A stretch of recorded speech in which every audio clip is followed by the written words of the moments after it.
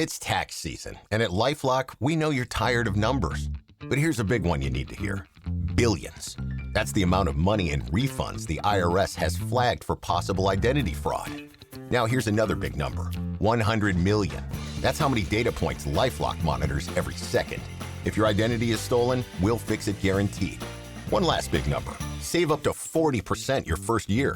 Visit lifelock.com/podcast for the threats you can't control.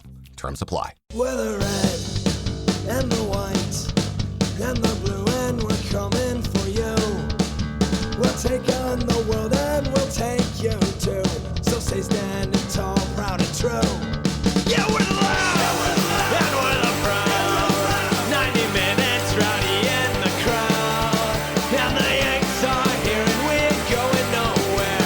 So stand up and fight if you dare. Welcome back, listeners, soccer fans, New Year's national team fans, anybody out there listening to us and taking time to do it. We appreciate you. This is Over Here, Over There, shades of red, white, and blue, whatever the heck we want to call it. We haven't decided yet. Help us out on that if you want. But our U.S. national team soccer pod here, Thad Bell, I have with me. I am Robert Russert, and hopefully we're going to have somebody, David Greenwald, join us later, but we'll see. He's struggling right now, Thad, struggling. A little under the weather or over the toilet bowl, however you want to describe it. Right, yeah. We've all probably been there. Last time I was there was terrible, but it was a long time ago. Been a while. Yeah. But anyway. Not too many details because, well, we don't know details. Exactly. We don't want to know details. We'll just leave it up to David if he shows up. Actually, I ran into a person at Jack Stack the other night, and it was their house that I drank too much at, and she had no idea that had happened to me either. So anyway, let's go forward, shall we? Yeah, something let's do more it. pleasant. All right, we got a lot of World Cup happenings. Obviously, we're less than 100 days away now. Don't know the exact count, 90-something by now. 90-something. Yeah, 90-something. We got funding issues that a lot of cities are talking about. They're saying they're not getting enough return. They're not getting funded by the government for what they were promised. So some fan fests are being altered as far as plans on that. As far as I know, the Kansas City Fan Fest is going forward the way it's going to be. And of course, we have the Iran, Israel, U.S. situation going on in the Middle East. So Iran has qualified. Hopefully they'll be able to play and everything's going to be fine that way. We've got more than 90 days till then. So hopefully everything gets straightened out by then.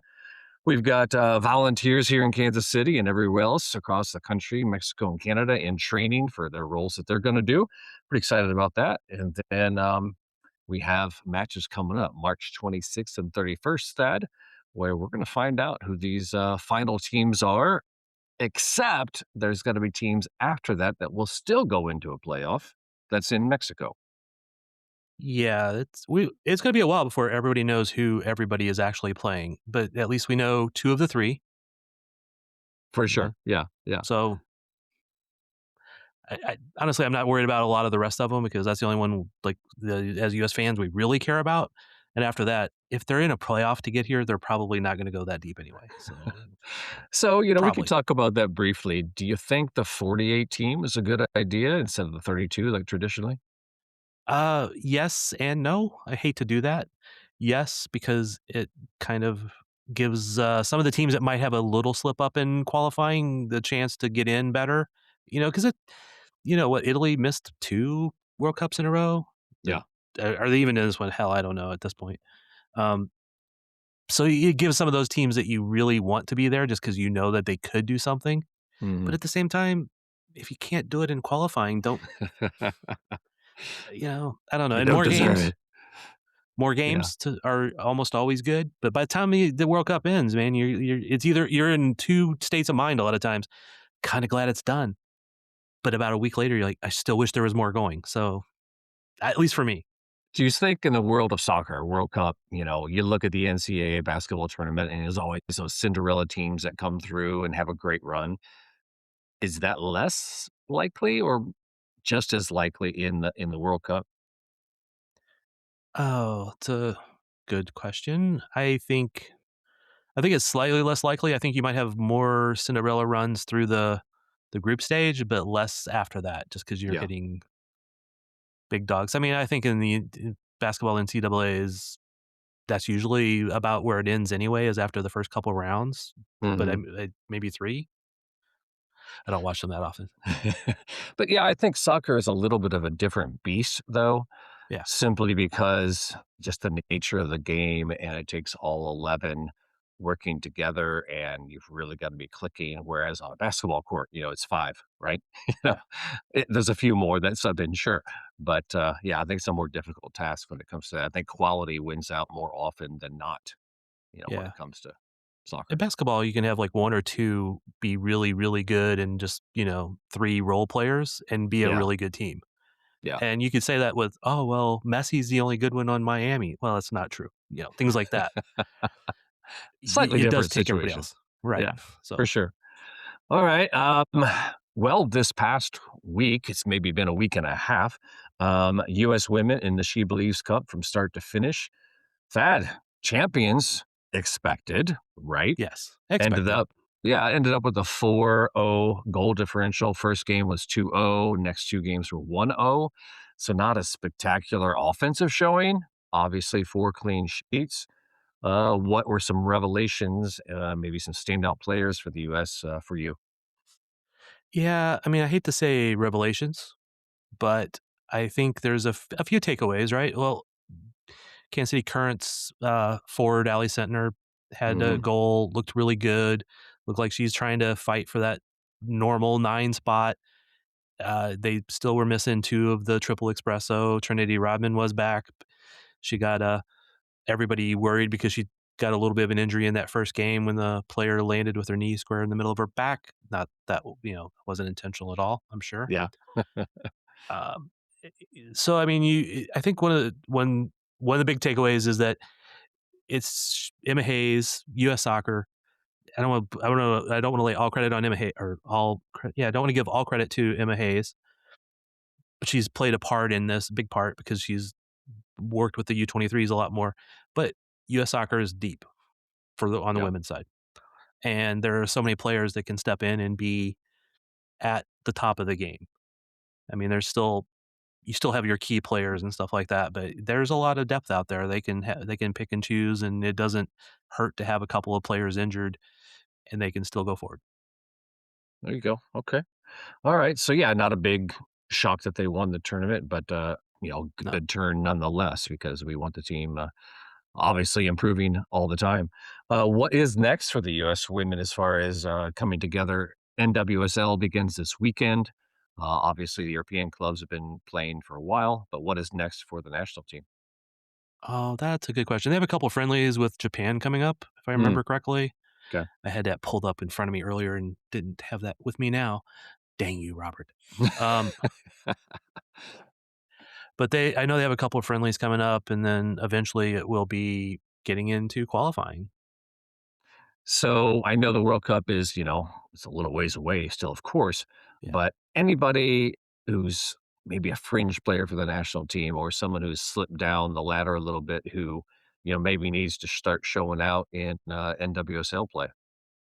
I think I would get crucified for saying some of this, but I want to see, um, Sophia Wilson and Mallory Swanson come back and see Hmm. how they play. Because I mean, they haven't played for a while. They've had kids.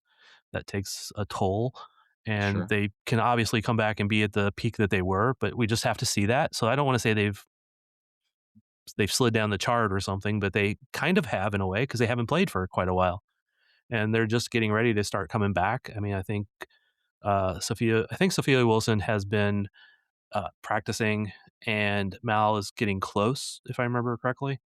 So we'll see them in the NWSL, and that's when we'll really get to see how they do. Uh, Again, player for the Kansas City Current, Croy Bethune, has been kind of in and out, but she had some injuries that kept her out for her previous team. Get to see if she comes back and starts pairing up well with Ali Sentner. Yeah. And there's again the problem with the depth of the national team for the women is there's so many players that are on that fringe that level who will make it. You know, the Thompson, I don't Thompson sisters, not twins. Alyssa went overseas and had played really well when she came back. They were We'll crediting do her a going music overseas. pod someday, Thad. We'll someday do a music pod. Yes. Yeah. I I'll be worse at that than you for damn sure. Yeah. Although if we do a music pod, we should do a blues episode and get Dominic Kinnear on. Yes, for sure. Yeah. Not that that has any relation to this pod. It's okay if we go off a little bit. It's all right. Yeah, People we like that. wouldn't be us. Okay, so yeah, I mean, you're talking about coming back from having children. I mean, I don't know, of course, because I've never been a mother, but that's got to be a mental thing, not just a physical thing. It's got to be a pretty large mental thing, and yeah, so difficult to come back for them. Not that obviously plenty of people have had, but can't be easy either way. Yeah, and they're both such terrific players, or were before Yeah. they went on maternity leave. So I just want to see them come back and how they do. And I mean, I've been a big fan of both of them in different ways. So Yeah. All right. Well, obviously, more immediate people is the Men's World Cup coming up this summer. And we're going to talk about that in segment two. We're going to hear from Mauricio Pochettino and what he's been saying lately, and talk about our strikers, who's going to maybe who's number one, and just going down the line for our top five strikers or so. And then in segment three, we're going to talk about the call ups coming up for the friendlies in late March. Who is it going to be when we play Belgium and Portugal? So we'll take a break. Coming up next, Mauricio Pochettino. All right, we're back. Now, I hope that didn't sound like we had Coach Poach with us, but he did a podcast lately for US Soccer and gave a listen to that before we came on here tonight, because obviously, things that he's saying right now are going to be pretty revealing to what might be on his mind for roster, etc. So, kind of an interesting talk that I knew you had seen it. I didn't know if you had checked it out, but the interview that he did, there were a couple of words he used often, yeah, and it's good to hear and not terribly surprising that fight was a word that he used sprinkled throughout, and he emphasized often. He wants players that are not just going to come there for maybe the glory of the World Cup, but who are going to fight, because he truly believes that we have a roster that could win this, and he wants players that believe that, and they're going to fight to achieve that. So So, yeah. I've watched a number of his pressers and interviews, and I didn't see this one. And I've felt that he does feel that they have a team that can really compete. I don't know if he can win. I don't know if he truly feels like, oh, they can really go all the way. I hope he does. But I know he does. I'm very confident he feels like they have a team that can go that. But what led you to watching this one where we talked about fight and everything else? What made you go, yeah, he truly believes that? Just the fact that he kept emphasizing it, and he talked a lot about how choosing the roster, it's a pure emotion, is basically what he said. Um, with the national team especially, because you're not playing for your paycheck. You're not playing to up your career to get a bigger paycheck or to keep your job. You're fighting because it's emotion, it's passion, it's desire to represent, the badge on the front for your country. That's what you're doing it for. Yeah. And if that's not what you're doing it for, you shouldn't be there. So the fact that he was so earnest about that, because in his playing experience, he crashed out in the group stage with Argentina. And, you know, that's one thing he talked about is you don't want to feel regret. You don't want to go out of that saying, I could have fought harder. I could have done this better. I should have focused more. So I think it's informed by personal experience too. Yeah, I think that's pretty accurate. I just kind of wanted to bounce and see how you saw that. I think you see that with some of the players he's called up when other players were not available or needed to take a break, and he Yeah. called up players that were willing to get their noses broke and keep on playing. Because I keep going back to Diego Luna, and I know a lot of people are like, oh, he's a borderline guy, or he's not good enough, or whatever, and maybe he makes the team, maybe he doesn't, but I think he's a guy that Pochettino likes because he's willing to go out and take a broken nose and play with heart. Yeah. I saw Tom Ramos podcast the other day too, and just remember back in 1994 when he took that elbow against Brazil, because Brazil knew, hey, if they're gonna have a chance, it's this Ramos guy who's Yeah, gonna, do it for him. So they tried to take him out, basically. they did. Yeah, for sure. And a lot of people don't remember like that. The U.S. We had the pod last week with Diego Gutierrez, and he talked about how good a lot of those players were back then and stuff. Brazil was actually a little bit afraid of the United States at that point, and that was kind of a weird feeling for as a U.S. fan. Like, wait a minute, Brazil's supposed to be the be all end all of soccer, and they were just a little bit afraid of the Americans. Yeah.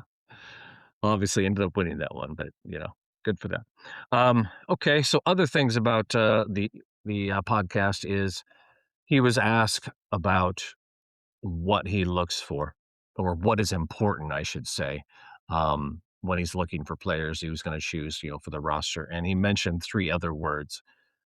Basically, talent is important, of course, discipline, and then the fact that that talent and the discipline combine and they are given freedom. So 3 keywords, again, talent, discipline, and freedom. So interesting that talent is mentioned first, but kind of last because, okay, it's important, but it's not as important as being disciplined, Yeah, and I think that's part of the fight part, being focused and, freedom, having the freedom to, be who you are within that. Even though you're going to be disciplined and you're going to be focused, you still need to be allowed to, give that freedom. So thought those were important there.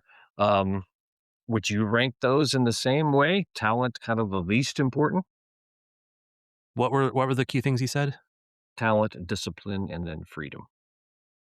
I think would perhaps yes. I mean, I hate to say because talent, obviously, if you don't have enough talent, you probably can't win the long run, right? You might be able to win, the 1 game out of 9 or the 1 game out of 10 kind of situation.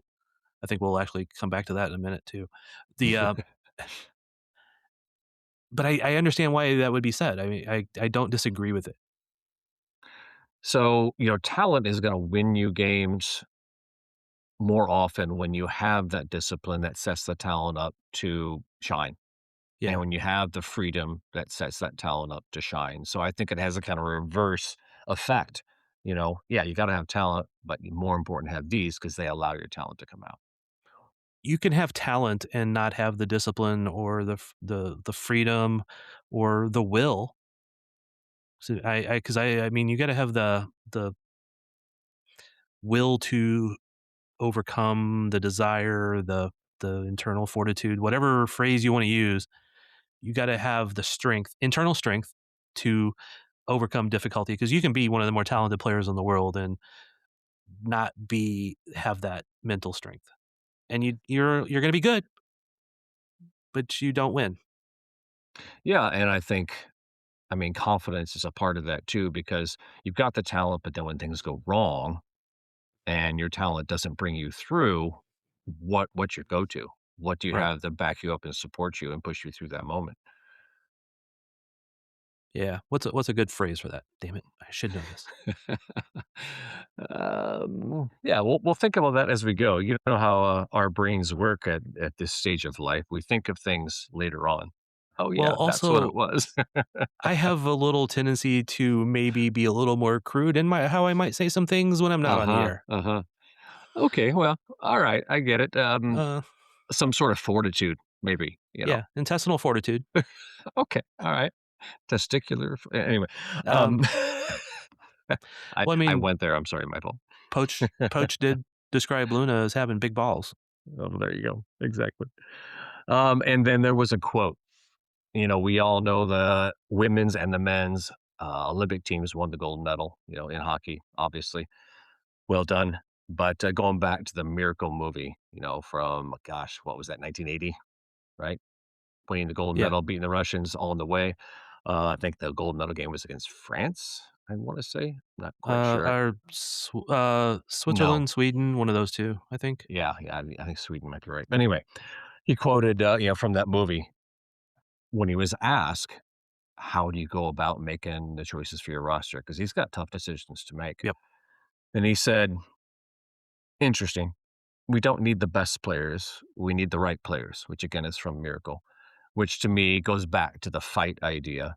Right. and of course the chemistry situation. So the best players, we need the right players. Yeah, I mean, I think some players have grown under Pochettino as far as their mentality. Some of the European guys that maybe thought, okay, I've got a spot on this team. I don't have to come in maybe when I don't want to. I don't need to work as hard. And I think that's been changed in the short time that he's been here. But yeah, I mean, I do not envy him trying to make these choices for sure. No, it's not easy. It's not easy for us sitting here without all the knowledge Yeah, and I say the knowledge, I mean, we see these players, we see them play, we look at their stats and all that stuff, but, you know, they have a lot more research and technical stuff that we don't have in front of right, us, even if we think we know. So, like their physical fitness, their, what injuries they've had and things like that, we may not know. Well, they do. right. So it'll be interesting to see how that happens. When I first started covering soccer back long time ago, one of the first things I really learned was because as a fan, I'm saying they're like, why aren't you playing, player A? And because the coach is playing player B, and I go to training and I go, now I see why. Like I see A come out for 5 minutes in a game, maybe, and they shine, but they only shine for 5 minutes or 10 minutes. They only have that fitness level or this or mental ability to focus for that long. So they once I got to see players in training, I got to see a little bit more and understand a little bit more why those players were or were not. And to just take that to 100th degree level above what we were able to see when we were watching training, what the coaches now can see and have information about it. Yeah, and just of course it's different for a national team coach because you only have those guys in that situation, not near as long as you would for a club Right. coach. Yeah. All You only right, have them. and I would say go you ahead. only have them for that long, but you do get those coaches do get a lot of video from when they're Sure. training, from all their games. They get that stuff broken down and all the technical data that's collected by all the different devices and stats and equipment that they can do nowadays. They get that. So they're having a much more eye on it than a previous national team coach would have 20 years ago. Wonder how many drones are covering a national team practice. I don't know. Because we know Sporting's been using them this season. We're a Kansas City-based podcast. You said the Current use them quite often as well, Yeah. right? Oh yeah, they were always flying at the Current over the last couple of years when after Vlaco came in Yeah. because he basically brought in a national team level type of coaching staff. Right. And Sporting has upped that game, and we're seeing the drones and more coaches and more video people. And got actually, I have an article I need to write that has nothing to do with the national team. So Okay. All right. All right, that's segment 2. We're gonna go, segment 3 and do that tough job. This is not the final roster, obviously, but we're just going to debate who we think that Pochettino might call in for the, matches coming up here at the end of March, 26-man roster. But before we do that, let's talk about the strikers. Last week, we talked about the midfield mainly with Diego Gutierrez coming on. Diego was fabulous, Thad. yeah. If you have not listened to that, you need to go back and listen to Diego's breakdown of the midfielders that we talked about because that is the position he played most of his career. But any thoughts on Diego Gaston last week with us, Thad? Oh, it was good having him on because I will say I totally agree with Diego on every point of view he has, but he has a point of view that we Yeah, don't have. He played at that level. He didn't have a lot of appearances with the national team, but he had appearances that we didn't have. He right. knows those people. He's works with U.S. Soccer now. He's been in the back rooms for some of the stuff. He was at the last World Cup and all that stuff. So he has that knowledge, and it's good to have that point of view and that knowledge on the pod. Yeah, for sure. So I just thought about this idea. See how ideas just pop in your head sometimes, right? Oh yeah, So we can go back, you and I, and we can talk about 1994. Okay, striker in the 94 team, we're talking, one Nolda, right? I'm not sure Roy Wegerle was on that squad or not, but we could really do a deep dive and probably pull out some other names, but those are the names that are in your head, right? Those are the main ones. You go to 2002, for example, the year we went to the quarterfinal, lost to Germany, right? We got Brian McBride. We've got, I think Clint Mathis was in that squad, midfielder/striker. Josh Wolf was in that squad. You know, beyond that, I can't remember, right? And we could Yeah. talk about Clint Dempsey. We could talk about, gosh, there was another guy that just jumped out of my head, but I can't remember his name. Who are some other strikers that you recall in the past for the U.S. that you can just pull off the top of your head? Josie Altidore. There we go. That's who I was actually thinking of. Thank you. Dude was a beast when he was on, man. So Yeah. good. I was actually trying to look up the 94 World Cup squad as you were talking. So, but for me, I always, Donovan may have been a striker or may have been a midfielder at times. Right. Dempsey, I think you said Dempsey. I hope you said Dempsey. I Yep. said, I was kind of focusing. Man, who else? So my point is, I think being brought out here, we could never really have the depth that we have right now Right. because we've got four guys, in my opinion, who are at the head of the class by far. And I don't think we've ever had this deep of a striker roster for the U.S. national team. You could even argue five, but we'll talk about that. So we're talking about, of course, Ricardo Pepi with PSV Eindhoven, Patrick Agyemang with Derby County, Haji Wright with Coventry City, and Folarin Balogun with AS Monaco. That's such a strong striker squad. I don't think we've ever had this in the history that I can think of. It's kind of a good problem to have of how many or who you end up taking, and then judging which teams they're on and leagues they're in and they're scoring for, and then seeing if that fifth one actually shows up and scores a bunch of goals all of a sudden. Right. Yeah. That doesn't mean he's good. I don't know. Well, that fifth one is Josh Sargent, of course, who just recently transferred into Toronto FC. He was not in a very good situation with Norwich before that because he demanded to leave and they didn't want him to leave. They put him down to their actually not just their second team, but like their youth squad to train with them for a while. Well, So, yeah, didn't it start with they wanted to trade him or transfer him, and he said no, and then a little bit later he goes, "Yes, I want to transfer, but it's to somebody else who's going to pay less money than that Norwich would have gotten for the if you first want to go transfer." back that far, Well, right? I mean, Yeah, it yeah, wasn't that far. It was not. I mean, it was yeah, just a couple of months, I think, ahead of that. That yeah, he was like, "No, oh yeah, now I want to go there." You just screwed your team, dude. I mean, that's why they were yeah, mad at you. yeah. But, he's not really in the picture, in my opinion, right now. He gets red hot for TFC. Maybe he can eke back into that, but he's got a lot of work to do. Yeah, so I say, that's where he's at. Do you agree? Yeah, he's on the outside looking in right Yeah, now. But yeah, if he comes out and scores a couple goals a game, maybe he gets again a call up to one of the practice games, the warm ups. And you got to remember, you can call players in even when it comes to the World Cup. You can call in 40 players or something like that, sure. and then you can narrow it down. So Yeah. if he wanted to, he could bring them in and say, "Here's all five strikers. Let's see how many can hit the goal." Yeah. All right. So in your mind, I've got Balogun number one on our tracker on KC Soccer Journal. I got Haji Wright number two, Ajiman number three, Pepe number four. You concur with that? What are your thoughts? Anything that stands out on any one of those four? Well, I definitely concur. Balogun's number one at this point. Just he has shown the quality in the past. He has shown the quality somewhat recently. We know he's just got I think he's got a little different than the others have most of the time. I think it's hard for me to distinguish between Wright and Agyemang, quite honestly. I think either one of them, I could see somebody putting it second as the second one. And so otherwise, I agree. I'm pretty much agreeing with what the order you put them in.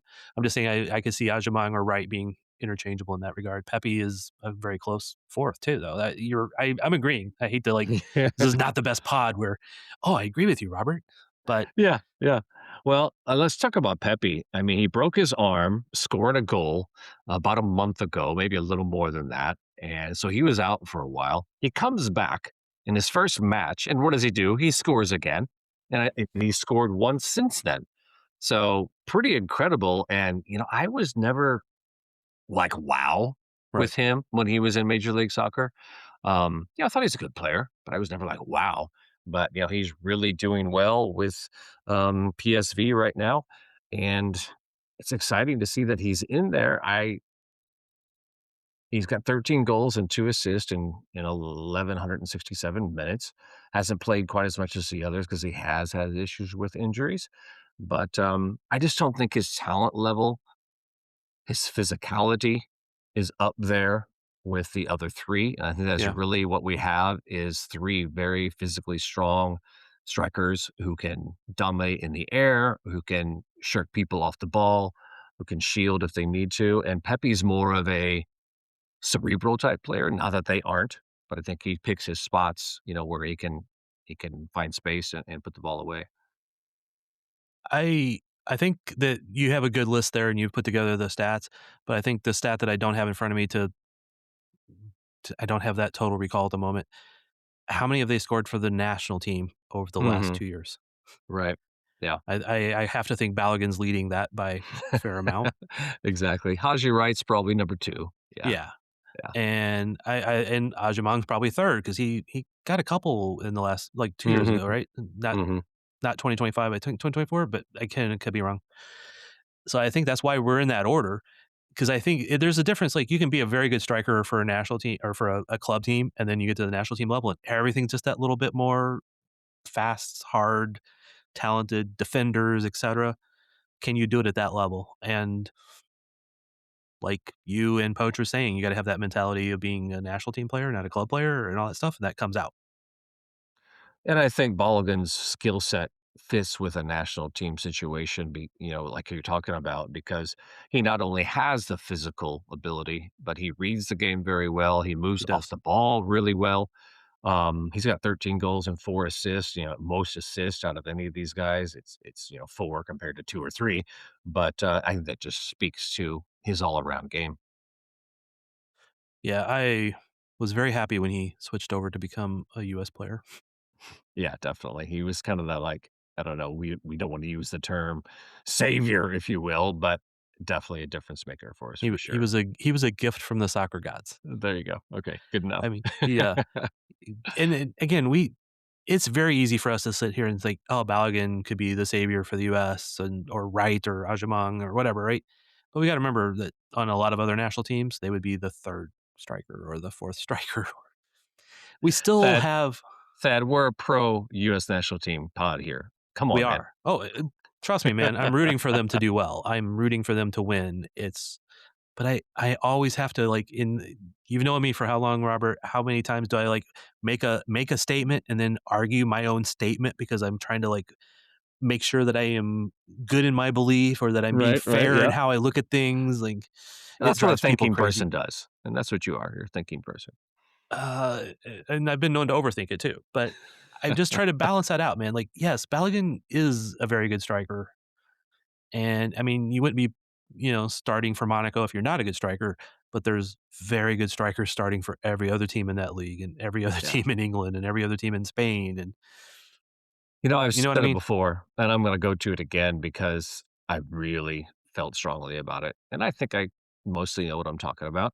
But in that Copa America final, not final, but last match of the group stage in Kansas City, when he went out injured, Yeah, and we had a chance before that, but when he they got did. injured, I was like, "Oh, yeah, I don't know if we can do this now without him." So, but anyway. They would have stood a chance if they didn't have to if they didn't have to win that game.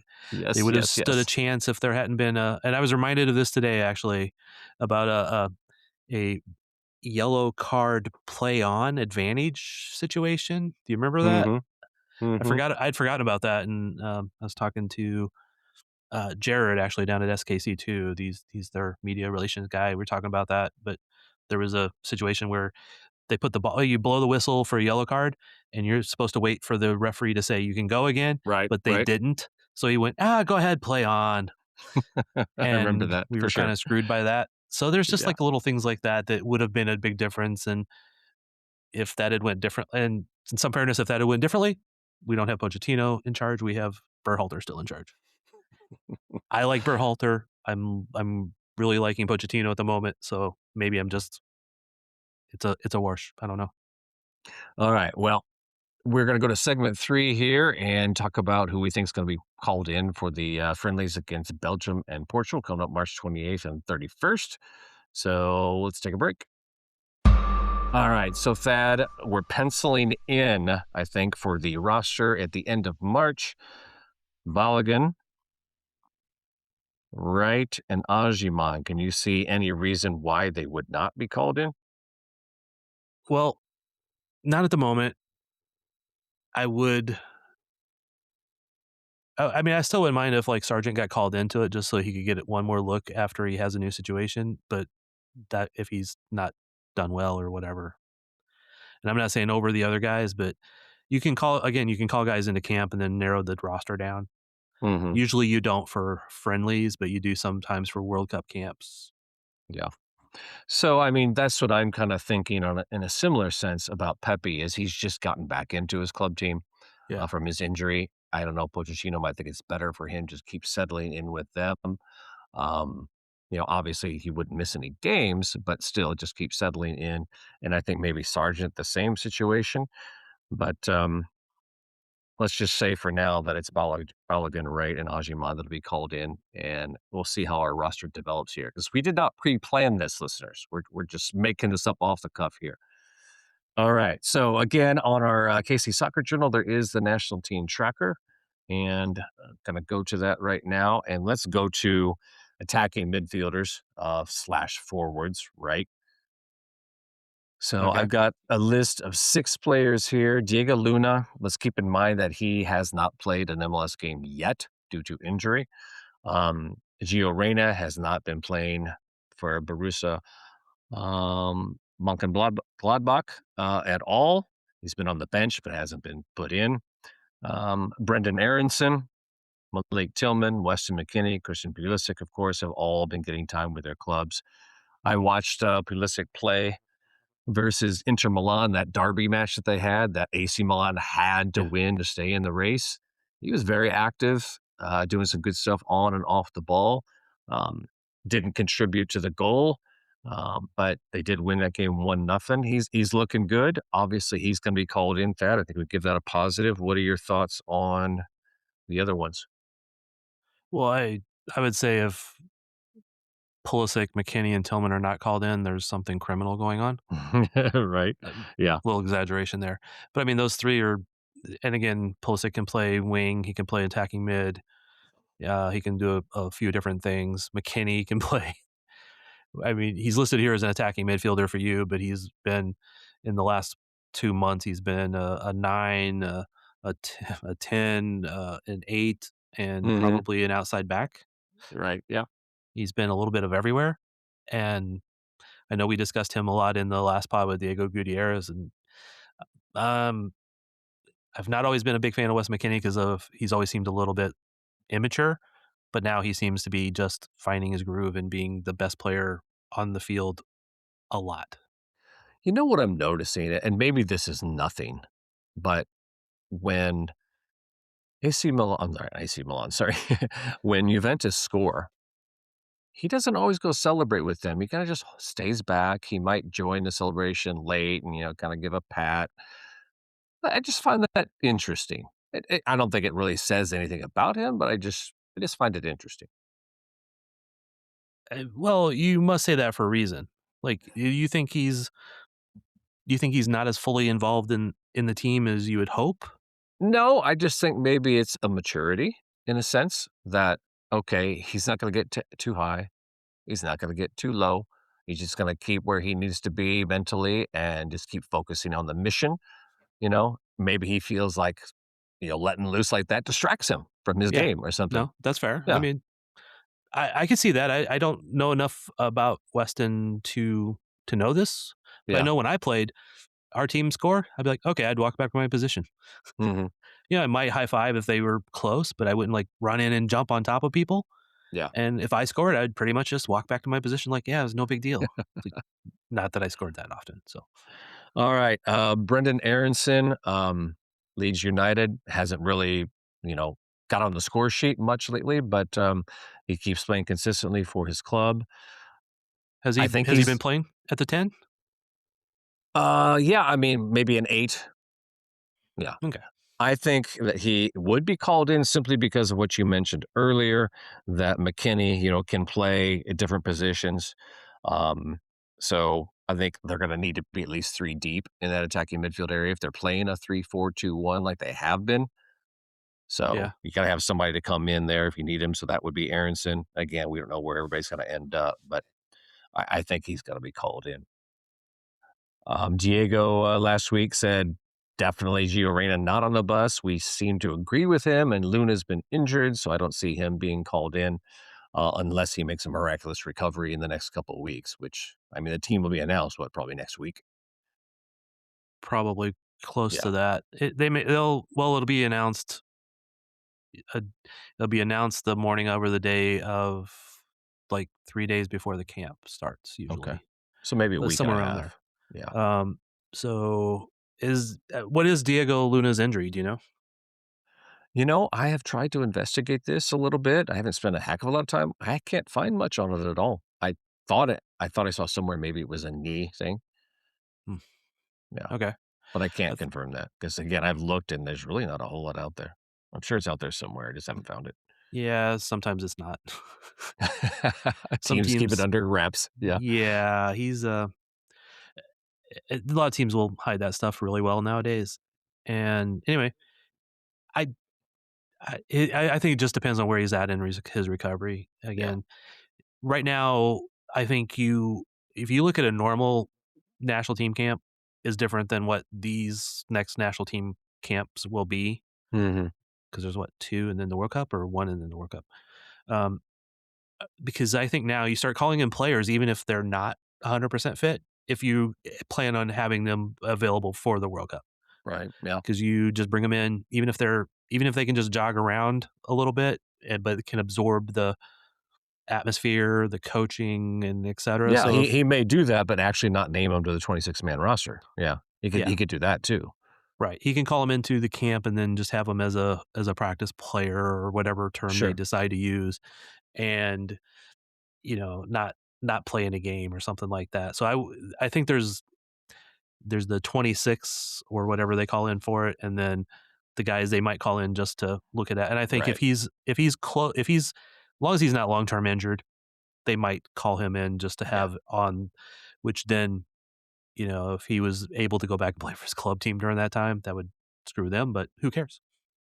But Thad, for our purposes, we're sticking with 26. Okay. Okay. I'm just, again, I got to caveat things as I see them. You know me. So I think on this U.S. roster, the forwards and the strikers and the attacking midfielder loosely are probably the most concrete. I think when we get into the rest of the roster is where questions start popping up. So again, on our tracker on kcsoccerjournal.com, we've got wingbacks. Go there next. Serginho Dest. We did not want to hear these words.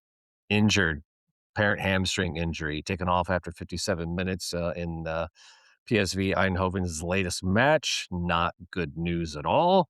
So it's going to depend. Obviously, he's there if he's healthy, right? Yep. Question mark being called into this camp. He may be called in as an auxiliary thing like you've been talking about. But yeah, we'll have to find out. Yeah. Again, we'll need to know what that time frame is. I'm pretty sure when they do announce the roster, Pochettino will be asked about those players that were not called in and might be injured. Yeah, yeah. I think Weah is a given. Anthony Robinson. We've talked a lot recently because, folks, we have recorded a number of these pods. We just haven't put them all out. Yeah, We've talked a lot recently about he's not getting a whole lot of time right now at Fulham. But he's going to be called in right then. I think so. Yeah, Yeah, he's still one of the better options for depending on which formation they play. yeah, for sure. 'Cause we've talked about it's very easy for us to always default to a 4-3-3 type of situation where we see outside backs being primarily defenders that go forward. Where we're talking about a 3-4, those wing backs are the outside of the midfield who Hmm. also defend. So it's just Yeah, a little bit different in how we look at those things. yeah. And then Arston, I think, and he's been pushing. He's been playing well for Columbus early in the season, and he showed really well in the last couple of last camp he was in. Yep. So he'll definitely be called in. And And he's then, a Pochettino guy because Pochettino yeah, likes his effort, as we've talked about Pochettino. that fight. Yeah. Yeah. And then you got Alex Freeman, who just made a big move to Villarreal. Um, do you think he's called in? And we got John Tolkien. Do you think these guys are called in, or what are your thoughts on that?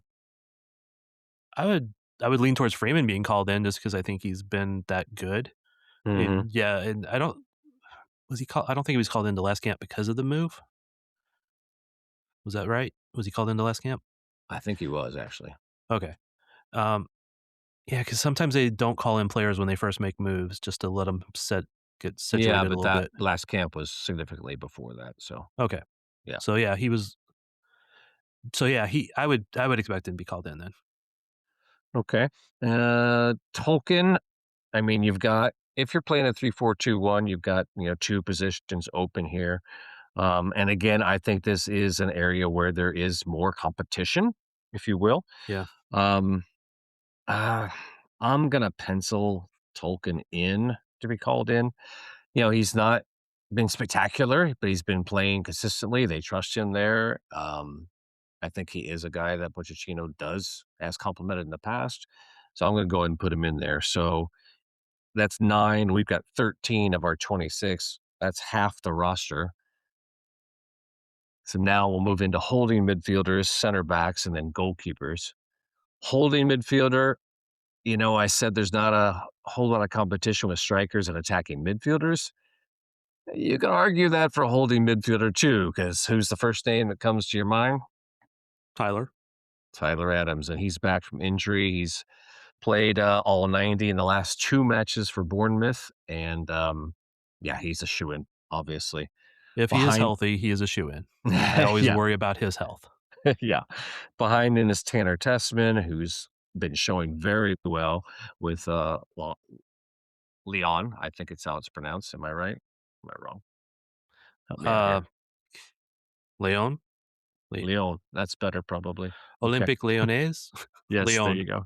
I think Thank it's you. Leon. Sometimes I need help, or a lot of the time. Anyway, If you're yeah. getting help from me, that's a little sad. Yeah, he's been playing really well with them. So Tanner Tessman's a definite. And then we go into an interesting situation because I have James Sands from FC St. Pauli as number 3 in the tracker. And again, that's just my ranking. Right. But he came off due to injury last weekend.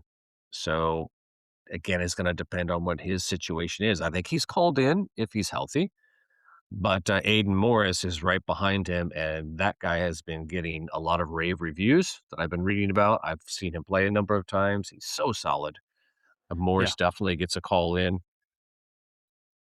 Thoughts from that? Thoughts about Timmy Tillman, Roldan, or Burhalter, who scored this past week? Do you think those guys are called in, Dan? Well, we only have so many spots, again, official spots at least. Yeah. So I just want to go back to Tessman for a second. I will say that I'm coming around to Tessman more. For a while, I just didn't like him. I didn't like his game as much as other people did. And I think he's grown and just been a better player during this last 6 months, probably.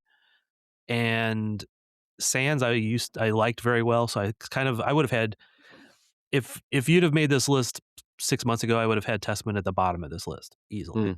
Mm, In my own opinion, at that time. yeah. And I would have had Berhalter up at third, but I also he's a guy who can play a 6 or an 8 or probably a couple other roles too, but that's where I would see him mostly.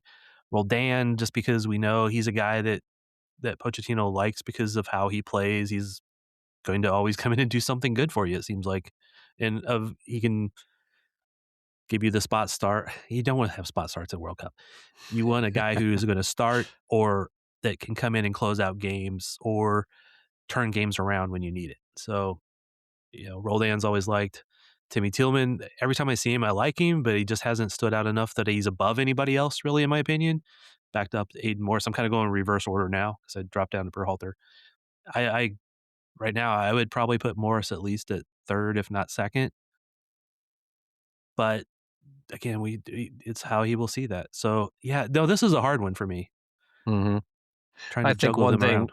we need to look at is okay. You mentioned, Burhalter. You said you think he can play a 6 or an 8. Yeah, Yeah, I agree. Roldan, same thing. Yes. Um, Timmy Tillman is not so much a 6, I think he's more of an 8 or, Yeah. stretch 10, maybe for LAFC, but not for the national team. Aiden Morris is a straight 6. I mean, there are elements of his game that make him an 8, but I think he's best at a 6. And then I think Sands, Tessman, Adams, can both all play a 6 or an 8. Yeah, see, it's hard when I look at when you have the listing as holding midfielders and attacking midfielders because Mhm. I still think of 3 distinct strengths, but Yeah. if you're playing a 3-4-2-1, is your 2 middle of the 4 sixes? Is one of them a 6, one of them an 8? Or are they Yeah, you I know what I would think mean? so. Yeah, you gotta have that box to box guy. And it just depends a lot on how for me, and I know it's hard for people to think about it this way, but for me, I might have 2 sixes there if my 2 outside of the 4 are true wing backs that are gonna get into the attack more because you gotta have those guys to be able to control a little bit better. But it will Mhm. also depend on the outside of your 3 in the back of what they can do.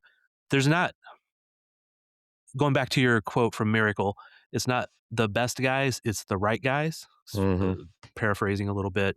Yeah. So if some of these guys might be a great 6 in one circumstance, but if your right back if the right outside if the right center back, excuse me, of the 3 is injured and you have a different one in there, you might need a different person in that 6 role. Does that make Right. sense? Yeah, of course. So Yeah. I think Pochettino is looking at all this stuff and then trying to balance all the who's my right guys, who's going to give it all, who's going to get their noses broken and still play and all of that stuff. Well, like was discussed last week, you gotta look at who's gonna, cross the ball in, who's going to do this, who's gonna Right. complement that, and who's so, yeah, it's not an easy job to do at all, and looking at this midfield or holding midfielder, I think Tillman was just called in last time just to give him a look. I don't know how serious Pochettino is about him because we know he really likes Halter and Roldan. So I could see Tillman not being called in. Right. Yeah, so I think Roldan and Berhalter probably will be, especially if Sands can't come in. I think both of them are in.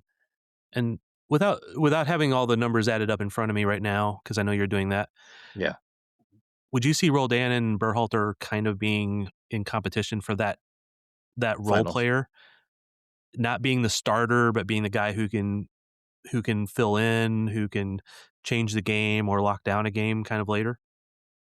Yeah, and I think Roldan would have the benefit on that, just because of his experience, Yeah. and I really like Berhalter, and he's gonna be a great player, Uh, for the future. He's very good now, but I think he's going to be, you know, borderline, okay, very good. He'll probably stay there. He's not ever gonna be great because I hate to use that term and, Yeah. make people think that I think he's the next whoever.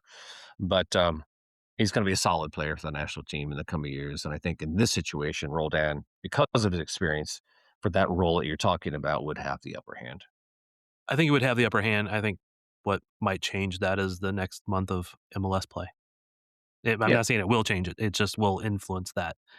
But I don't think Pochettino is going to be totally influenced by 4 weeks of MLS play versus, yeah, sure, you know, sure. 10 years of history. Alright, so right now we're at 18. Again, taking Adams, Tessman, Roldan. Oh, I wrote Roldan down twice. We're at 17. Okay. And Berhalter, assuming that Sands is injured and will not be called in. So we're at 17. We have 9 slots left. So we may go back and see if we're going to add, but let's go to Yeah. center backs. Um, How many center backs do you call in? Let's just start with that. well, if you're playing a 3-4-2-1, and we don't know if that's for sure, you've got to call in at least 5, right? Yeah, I would say 5. Okay. All right. So on our tracker, we've got at the bottom, and this is my rankings, Joe Skelly, Banks. I'm not even going to try his first name. You can.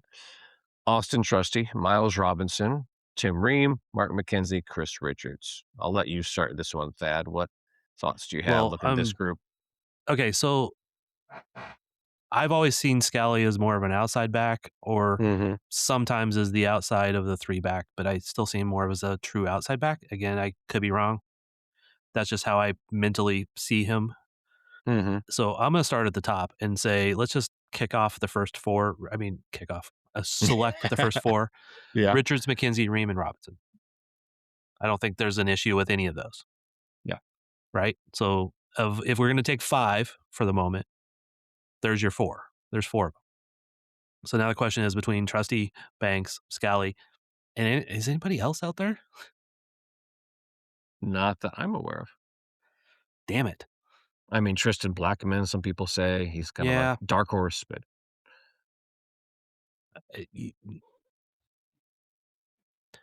Okay, because we've talked on some previous ones. I have heard so many people be impressed by Banks, and I know he's just 19, Mhm.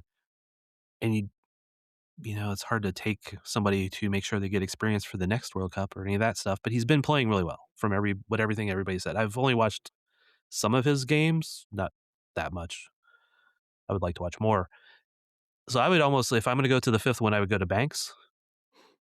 And if I was going to a 6th one, actually, Blackman might not be a terrible idea.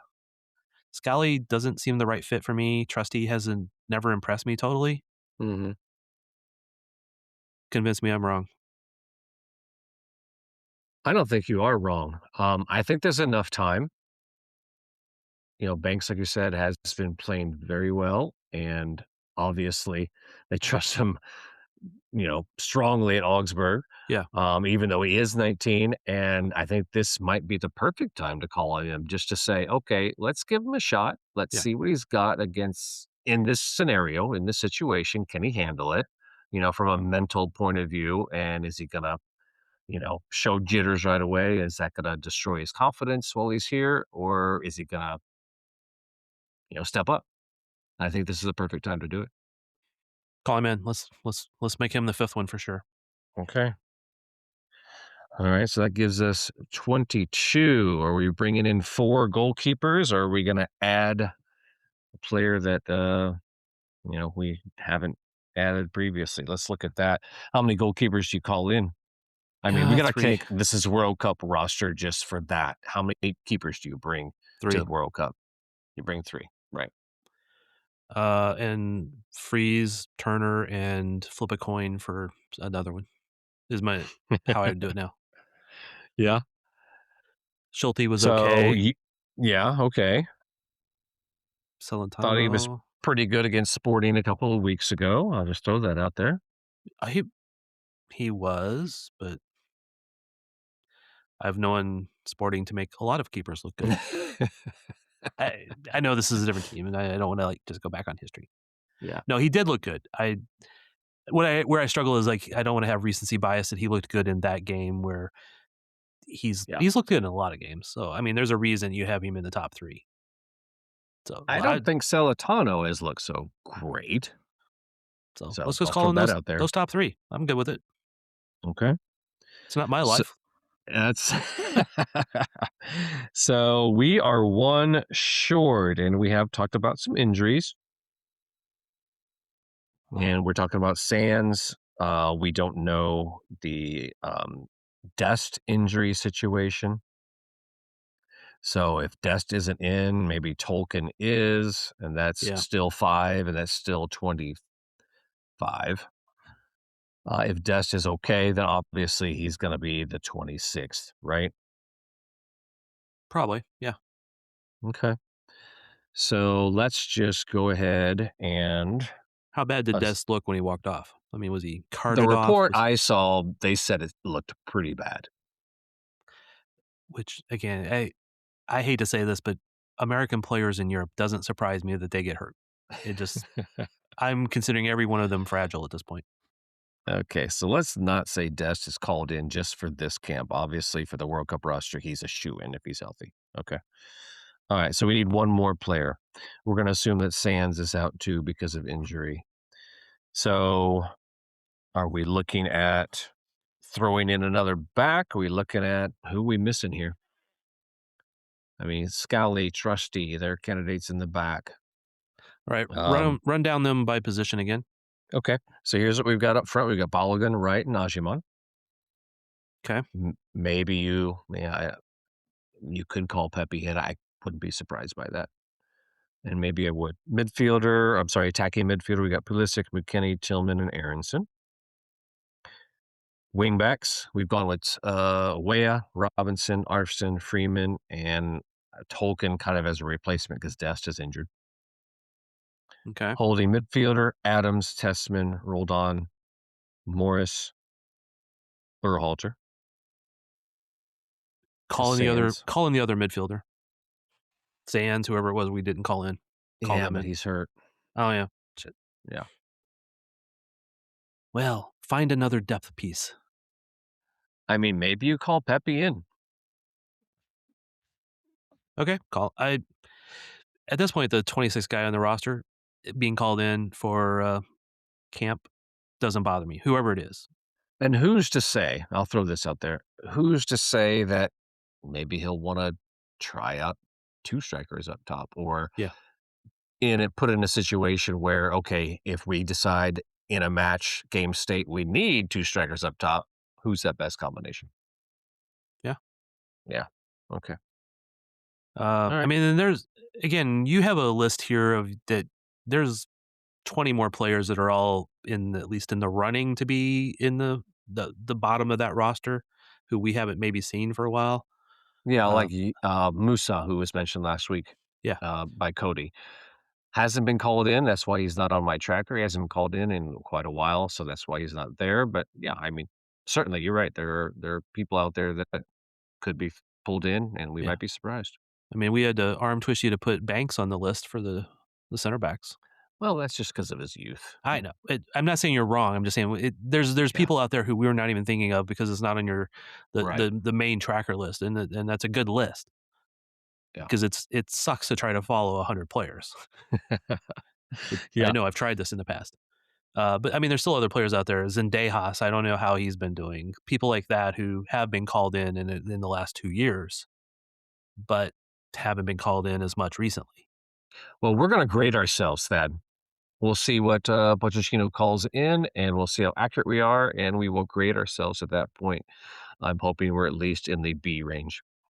Well, what counts as a B? 20, getting 20 right out of 26? Getting 24? Well, I mean, we can go the usual 80 to 89 grade scale. So 80 to 89% right is a B. Anything 90 or above is an A. I mean, keep it simple, right? So an 80% out of 26 would be getting 19 of them right, something like that.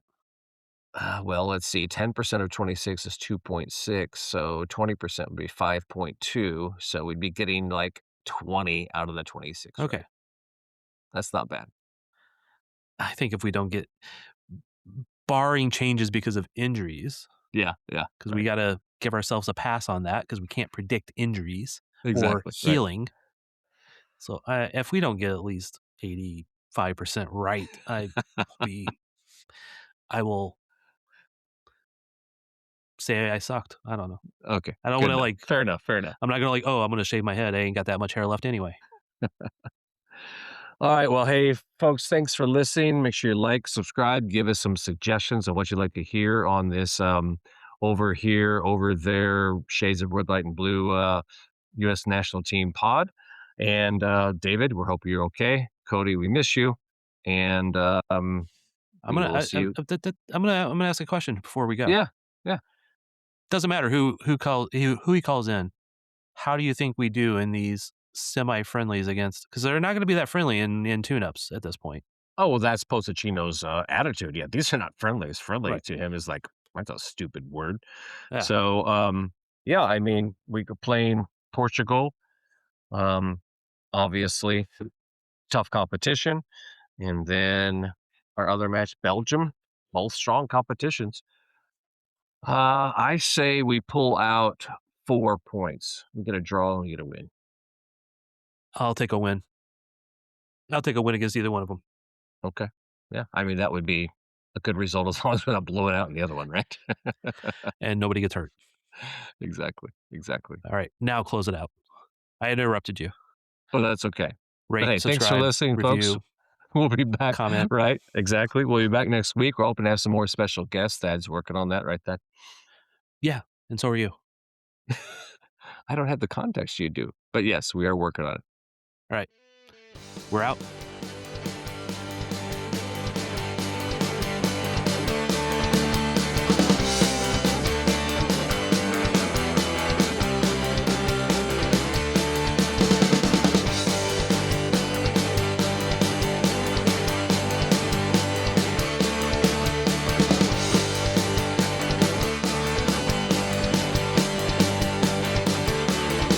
We're the red and the white and the blue, and we're coming for you.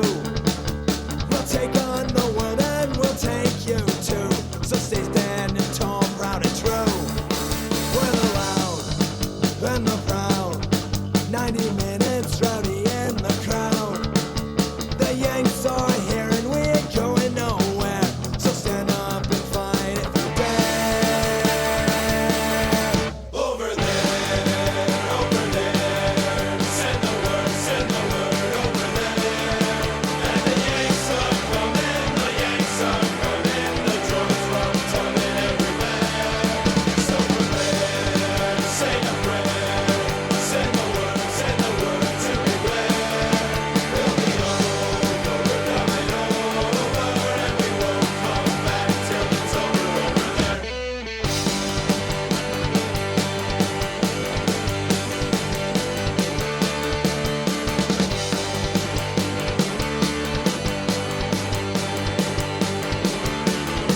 We're the red and the white and the blue, and we're coming for you. We'll take on the world and we'll take you too. So stay standing tall, proud and true.